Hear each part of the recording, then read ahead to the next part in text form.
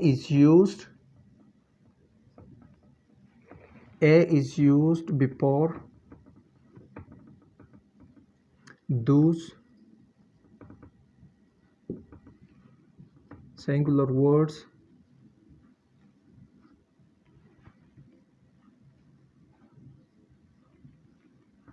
A is used before those singular words which start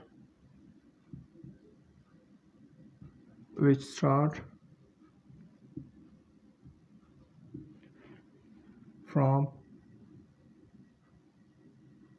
consonants.